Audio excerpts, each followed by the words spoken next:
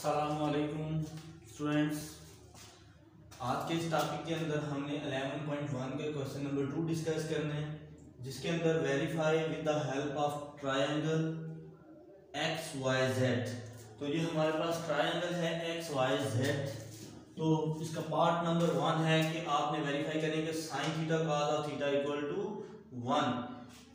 तो देखिए, अगर मैं थीटा एंगल यहाँ पे ये लिखता हूँ, थीटा इज द एंगल, तो देन ये 90 के सामने आपको पता है कि हाइपोटेन्यूज होता है, और थीटा के सामने परपेंडिकुलर,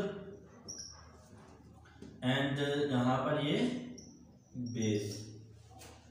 तो हमने वेरीफाई करना है दिस।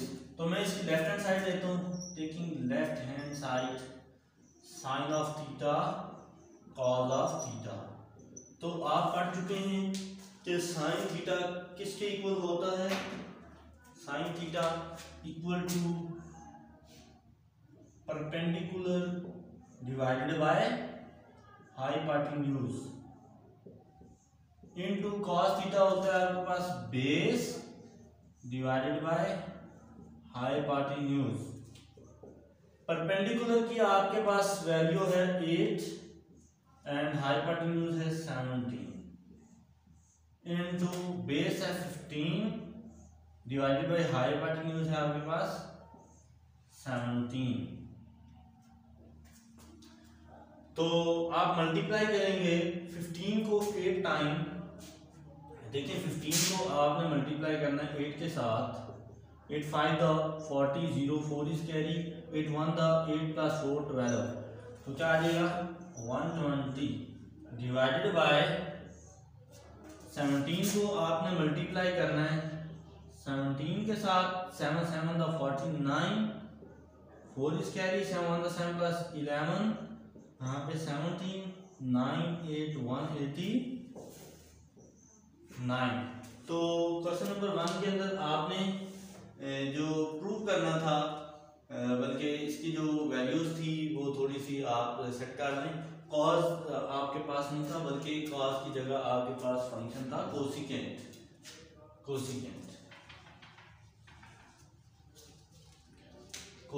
था, कोसिकेंट थीटा। तो कोसिकेंट थीटा आपके पास साइन का रेसिप्रोकल होता है। Cosecant theta hypotenuse over perpendicular. Hypotenuse की वैल्यू आपके पास है 17 और परपेंडिकुलर है आपके पास 8। तो 8 से कैंसिल 17 से, तो आपके पास रिजल्ट आएगा 1, और यही आपकी राइट हैंड साइड है।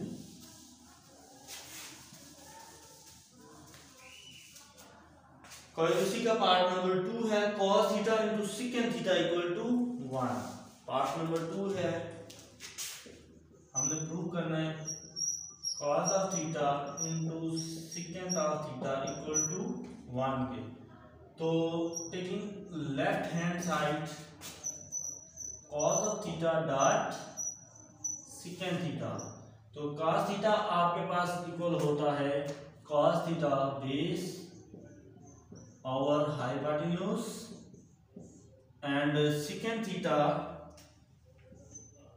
Hypotenuse over base equal to base की value 15, hypotenuse 17 into hypotenuse 17 base 15 15 1 दा एंड 17 1 दा। 1 मल्टीप्लाई बाय 1 इक्वल टू 1। तो ये हमारे पास right hand side. Part number 3 है इसका।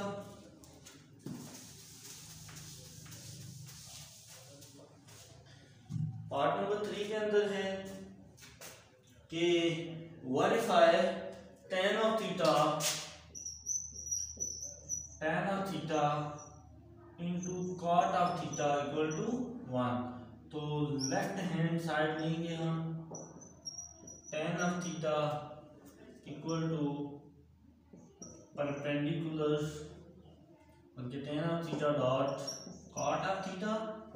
tan थीटा आपके पास होता है परपेंडिकुलर ओवर बेस, एंड यहाँ पे ये बेस आवर परपेंडिकुलर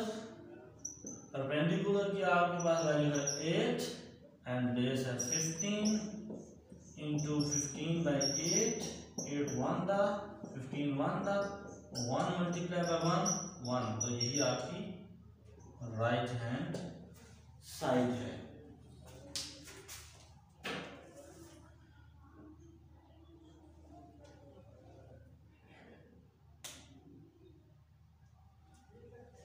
तो हमारे पास इस एक्सरसाइज के अंदर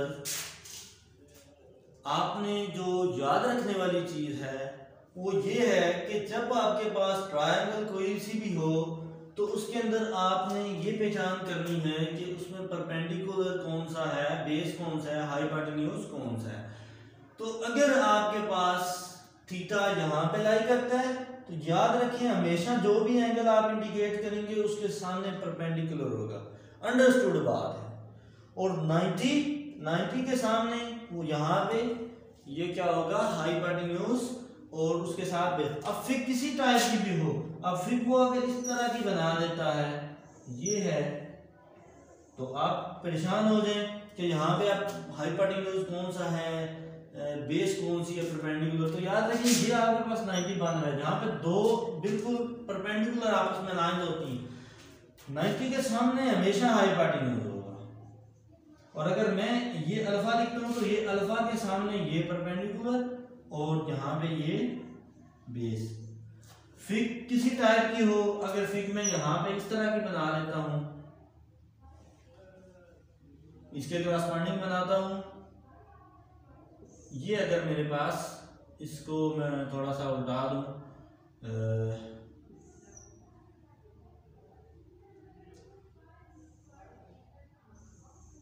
ये फिग है तो देखिए ये 90, ये हाइपोटेन्यूज, ये अगर थीटा लिखता हूं तो ये परपेंडिकुलर, तो ये बेस।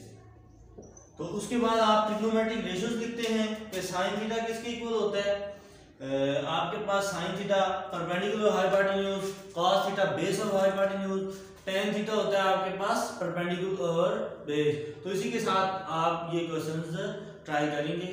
तो इंशाल्लाह हम नेक्स्ट लेक्चर के अंदर 11.2 डिस्कस करेंगे। ओके, अल्लाह हाफ़िज़।